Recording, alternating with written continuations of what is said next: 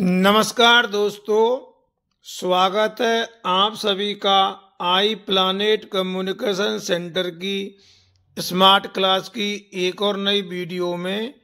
दोस्तों, आज मैं आपको इस वीडियो के माध्यम से 22 दिसंबर 2024 को होने वाली RSCIT एग्जाम हेतु मोस्ट क्वेश्चंस और उनके आंसर बताने जा रहा हूं।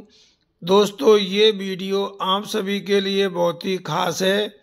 यदि आप हमारे इस चैनल पर नए हैं तो आप हमारे इस चैनल को लाइक और सब्सक्राइब अवश्य करें और इस वीडियो को आप पूरा ज़रूर देखें। तो चलिए दोस्तों, देर ना करते हुए इस वीडियो को शुरू करते हैं। वीडियो का पहला क्वेश्चन है, इंटरनेट और इंट्रानेट में क्या अंतर है।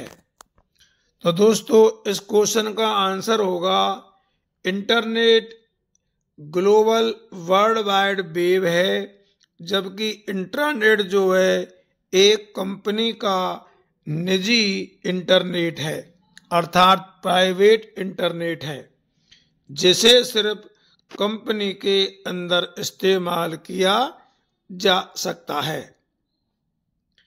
अगला क्वेश्चन है, वेब सर्वर किसे कहते हैं। तो दोस्तों, इस क्वेश्चन का आंसर देखिए, एक वेबसाइट को जब एक कंप्यूटर सिस्टम पर होस्ट किया जाता है तो उसे वेब सर्वर कहते हैं। यानी कोई भी वेबसाइट है, जब उसे कंप्यूटर सिस्टम पर होस्ट किया जाता है तो उसे हम क्या कहते हैं, वेब सर्वर। इसे HTTP सर्वर भी कहा जाता है। अगला क्वेश्चन देखिए, HTTP की फुल फॉर्म क्या है। तो दोस्तों देखिए, HTTP की जो फुल फॉर्म है वो है हाइपर टेक्स्ट ट्रांसफर प्रोटोकॉल।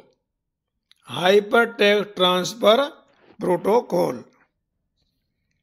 अगला क्वेश्चन देखिए, HTTPS का मुख्य उद्देश्य क्या है। यहाँ दोस्तों, जो HTTP के बाद जो S लगा हुआ है, इसका मतलब सिक्योर से होता है। आपने देखा होगा HTTP के बाद S लगता हुआ, तो इसका जो मुख्य उद्देश्य है वो क्या है, देखिए,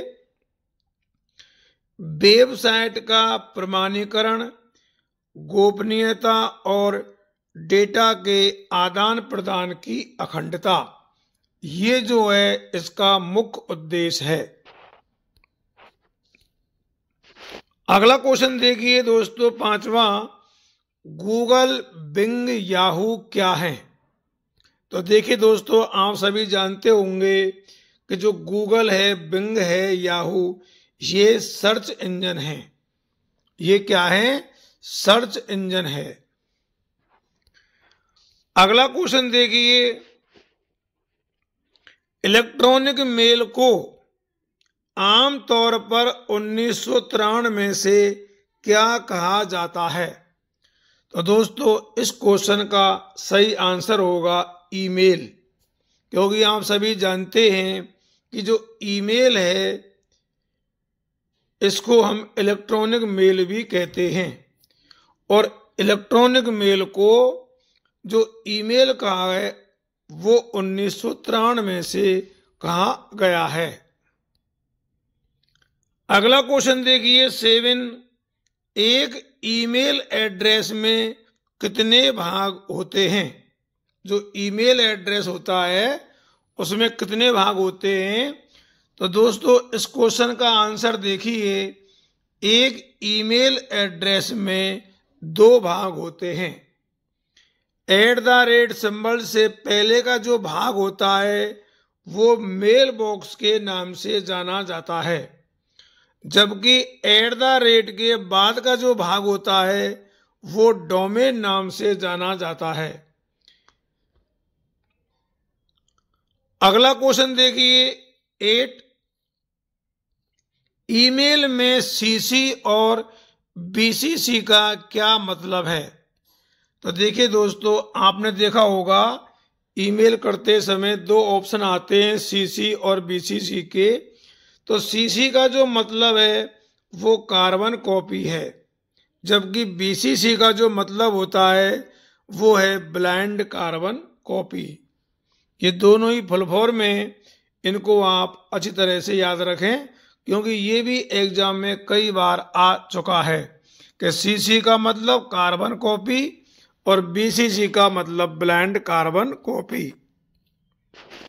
अगला क्वेश्चन देखिए, किसी को ईमेल करने के लिए सबसे पहले किस ऑप्शन पर क्लिक करना होता है? तो दोस्तों, आपने भी ईमेल किया होगा और आप सभी जानते हैं कि जब हम किसी को ईमेल करते हैं तो सबसे पहले हमें कंपोज जो ऑप्शन है इस पर क्लिक करना होता है। क्वेश्चन नंबर 10 देखिए, जब हम किसी को ईमेल भेजते हैं तो उसके साथ जो डॉक्यूमेंट या कोई भी फाइल भेजी जाती है उसे क्या कहते हैं? तो दोस्तों, इसका आंसर होगा अटैचमेंट। आप सभी जानते हैं कि जब हम ईमेल किसी को भेजते हैं और उसके साथ में कोई भी डॉक्यूमेंट या फाइल भेजते हैं तो उसको हम अटैच करके भेजते हैं, इसलिए उसे अटैचमेंट कहा जाता है। और यहाँ आपको ये भी ध्यान रखना है कि ये अटैचमेंट जो है 25 MB से ज़्यादा नहीं होना चाहिए। अगला देखिए क्वेश्चन नंबर 11, राजस्थान सरकार की मुख्य वेबसाइट कौन सी है जिसमें प्रमुख विभागों और संबंधित अनुभागों के लिंक हैं? तो दोस्तों, ये भी क्वेश्चन बहुत ही अच्छा है। तो इसका सही आंसर होगा https://www.rajasthan.gov.in। ये राजस्थान सरकार की मुख्य वेबसाइट है। अगला क्वेश्चन देखिए 12, आरपीएससी मुख्य वेबसाइट और आवेदन भरने हेतु वेबसाइट कौन सी है? दोस्तों, आरपीएससी जो है राजस्थान सरकार का एक जो है प्रमुख विभाग है, जिसका पूरा नाम होता है राजस्थान लोक सेवा आयोग। अंग्रेजी में इसे हम राजस्थान पब्लिक सर्विस कमीशन बोलते हैं। तो इसकी जो मुख्य वेबसाइट है वो है https://rpsc.rajasthan.gov.in। और जो आवेदन भरने हेतु जो वेबसाइट है वो है https://rpsc.rajasthan.gov.in/applyonline/। ये जो है नीचे वाली आवेदन भरने की वेबसाइट है, जबकि ऊपर वाली आरपीएससी की मुख्य वेबसाइट है। अगला क्वेश्चन देखिए 13वां, कौन सा पोर्टल आरटीई कानून के तहत 25% खाली सीटों के लिए प्रवेशों को ट्रैक करने और निगरानी रखने में मदद करता है? तो इसका आंसर आप सभी जानते होंगे। इसका आंसर है आरटीई पोर्टल, जिसको हम कहते हैं राइट टू एजुकेशन। अगला क्वेश्चन देखिए, आरटीई के ऑनलाइन पोर्टल की वेबसाइट कौन सी है? तो दोस्तों, इसका सही आंसर है https://raj.nic.in/pspi/home/home.aspx। अगला क्वेश्चन देखिए, ओटीपी का मतलब क्या है? तो ओटीपी का मतलब होता है one time password. Question number 16 देखिए, प्रधानमंत्री जनधन योजना भारत सरकार द्वारा कब शुरू की गई? तो दोस्तों इसका आंसर है अगस्त 2014 में, क्योंकि प्रधानमंत्री जनधन योजना जो है ये भारत सरकार द्वारा अगस्त 2014 में स्टार्ट की गई। क्वेश्चन नंबर 17 देखिए, क्रेडिट कार्ड में कितने अंक अंकित होते हैं? तो दोस्तों आप सभी जानते हैं कि डेबिट कार्ड हो चाहे क्रेडिट कार्ड हो, इनमें 16 अंक अंकित होते हैं। अगला क्वेश्चन देखिए, सीबीबी का क्या मतलब है? तो दोस्तों आप सभी ने डेबिट कार्ड और क्रेडिट कार्ड के पीछे 3 अंक का एक नंबर देखा होगा, जिसे हम शॉर्ट में सीबीबी नंबर जो है कहते हैं। इसकी जो फुल फॉर्म है, इसका जो मतलब है वो होता है कार्ड वेरिफिकेशन वैल्यू। सीबीबी का मतलब होता है कार्ड वेरिफिकेशन वैल्यू, और ये 3 अंक का होता है जो कार्ड के पीछे लिखा हुआ होता है। अगला क्वेश्चन देखिए, रुपे कार्ड के संदर्भ में एनपीसीआई का पूर्ण रूप क्या है? तो दोस्तों एनपीसीआई की जो पूर्ण रूप है अर्थात फुल फॉर्म है वो है national payment corporation of India. National payment corporation of India. अगला क्वेश्चन देखिए 20, एक इलेक्ट्रॉनिक उपकरण जिसका इस्तेमाल खुदरा स्थान पर कार्ड भुगतान प्रक्रिया में किया जाता है। जो छोटे दुकानदार होते हैं, खुदरा स्थान होते हैं, छोटे स्थान होते हैं, कस्बे या गांव टाइप के, वहां पर जो कार्ड भुगतान प्रक्रिया है वो है पीओएस टर्मिनल। यह पीओएस का मतलब होता है पॉइंट ऑफ सेल। ये एक छोटा जो है इलेक्ट्रॉनिक उपकरण होता है। अगला देखिए 21वां क्वेश्चन,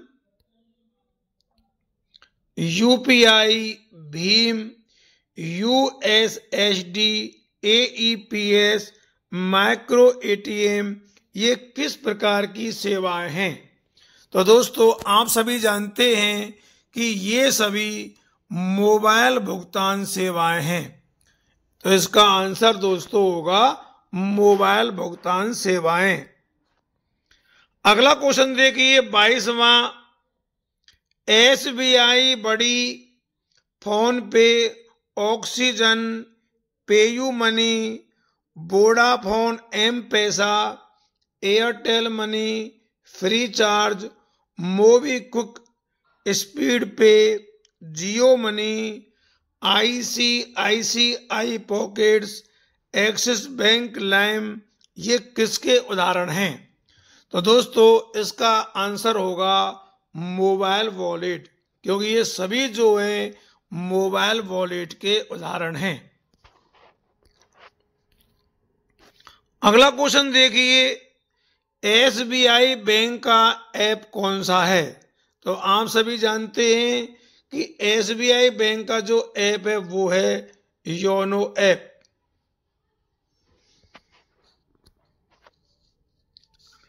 अगला देखिए, आप पेटीएम को कहां से डाउनलोड कर सकते हैं? तो दोस्तों इसका आंसर होगा हम पेटीएम को वेबसाइट जो है www.paytm.com या मोबाइल में प्ले स्टोर से डाउनलोड कर सकते हैं। अगला क्वेश्चन देखिए 25वां, यूएसएसडी की फुल फॉर्म क्या है? तो दोस्तों इसका आंसर होगा unstructured supplementary service data. USSD की फुल फॉर्म क्या होगी? Unstructured supplementary service data. अगला देखिए यूपीआई की फुल फॉर्म क्या है। इसका आंसर होगा यूनिफाइड पेमेंट इंटरफेस। ये यूपीआई की फुल फॉर्म है। क्वेश्चन नंबर 27वां देखिए एईपीएस की फुल फॉर्म क्या है। तो दोस्तों एईपीएस की फुल फॉर्म है आधार इनेबल्ड पेमेंट सिस्टम। यहां मैंने अंग्रेजी में भी लिख दिया है आधार इनेबल्ड पेमेंट सिस्टम। अगला देखिए 28वां क्वेश्चन इलेक्ट्रॉनिक टोल कलेक्शन की एक नई तकनीक कौन सी है। तो दोस्तों आपने जो है टोल प्लाजा पर ये नई तकनीक देखी होगी। तो ये नई तकनीक है फास्टैग। फास्टैग जो है 5 वर्ष के लिए होता है। तो ये इलेक्ट्रॉनिक टोल कलेक्शन की नई तकनीक है और फास्टैग इसको कहते हैं और ये 5 वर्ष के लिए होता है। 5 वर्ष के बाद में इसको पुनः रिन्यू कराना पड़ता है। अगला देखिए 29वां क्वेश्चन भारत में सबसे पहले फास्टैग कब और कहां शुरू किया गया। तो दोस्तों इसका आंसर होगा अहमदाबाद और मुंबई हाईवे के बीच 2014 में शुरू किया और बाद में 2015 में इसे चेन्नई वेंगलुरु टोल प्लाजा पर शुरू किया गया। अगला देखिए 30वां क्वेश्चन है, बहुत ही अच्छा और बहुत ही इंपॉर्टेंट है। यहां पर दोस्तों 3 जो है वेबसाइट लिखी हुई हैं https://www.amazon.in, दूसरी है https://www.flipkart.com, अगली है https://www.snapdeal.com। ये किसके उदाहरण हैं, यानी अमेजन, फ्लिपकार्ट और स्नैपडील। तो दोस्तों ये B2C के उदाहरण हैं। B2C का मतलब होता है बिजनेस टू कंज्यूमर, अर्थात व्यापार से उपभोक्ता। अगला क्वेश्चन देखिए 31वां https://india.alibaba.com और दूसरी है https://www.amazonbusiness.in। ये किसके उदाहरण हैं। तो दोस्तों इसका सही आंसर होगा ये B2B के उदाहरण है, अर्थात बिजनेस टू बिजनेस, यानी कि व्यापार से व्यापार। क्वेश्चन नंबर देखिए 32वां http://www.ebay.in किसका उदाहरण है। तो दोस्तों इस क्वेश्चन का सही आंसर होगा C2C, अर्थात कंज्यूमर टू कंज्यूमर, यानी कि उपभोक्ता से उपभोक्ता। ये बहुत ही अच्छा क्वेश्चन है और RSCIT एग्जाम में ये कई बार आ चुका है। अगला क्वेश्चन देखिए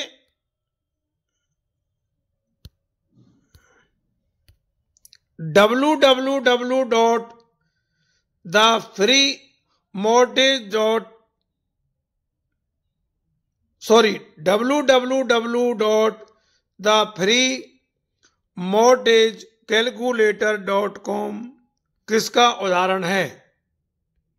तो ये जो उदाहरण है ये है C2B, यानी कि कंज्यूमर टू बिजनेस, अर्थात उपभोक्ता से व्यापार। अगला देखिए राजस्थान सरकार ने वह कौन सा पोर्टल शुरू किया है जिसके माध्यम से राज्य के सभी नागरिक सही कीमत पर विभिन्न तरह की वस्तुओं को आसानी से खरीद सकते हैं। तो दोस्तों इसका जो आंसर होगा वो होगा ई बाजार पोर्टल, क्योंकि राजस्थान सरकार ने ये एक नया पोर्टल शुरू किया है जहां राज्य के सभी नागरिक, चाहे वो शहरी हो या ग्रामीण हो, वो सही कीमत पर विभिन्न तरह की वस्तुओं को आसानी से खरीद सकते हैं। अगला क्वेश्चन देखिए 35वां। फ्लिपकार्ट, अमेजन, स्नैपडील ये किस प्रकार की वेबसाइट हैं? तो दोस्तों आप सभी जानते हैं कि ये जो है ऑनलाइन शॉपिंग वेबसाइट है, क्योंकि यहां से हम कोई भी ऑनलाइन शॉपिंग कर सकते हैं। क्वेश्चन नंबर 36वां देखिए, फेसबुक, ट्विटर, इंस्टाग्राम ये किस प्रकार की साइट हैं? तो इसका आंसर है सोशल नेटवर्किंग साइट। ये सभी जो है सोशल नेटवर्किंग साइट हैं। अगला देखिए, फेसबुक की स्थापना कब और किसने की? तो दोस्तों इसका आंसर होगा 2004 में फेसबुक की स्थापना की गई थी और मार्क जुकेरबर्ग ने इसकी स्थापना की।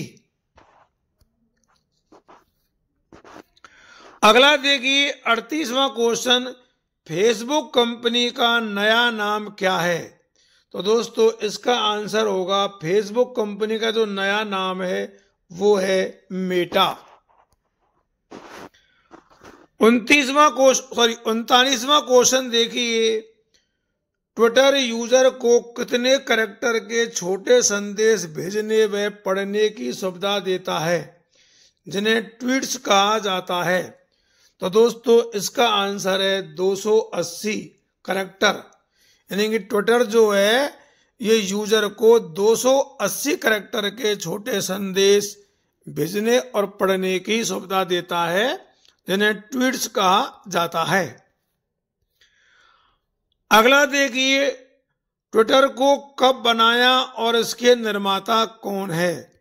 तो देखिए दोस्तों, ट्विटर जो है इसे मार्च 2006 में बनाया गया और इसके निर्माता जो हैं जैक डोर्सी, एवन विलियम्स, बिज स्टोन और न्यू ग्लास हैं। ये इसके निर्माता हैं। अगला क्वेश्चन देखिए 41, ट्विटर को 2022 में किसने खरीदा और उसका प्रतीक क्या कर दिया?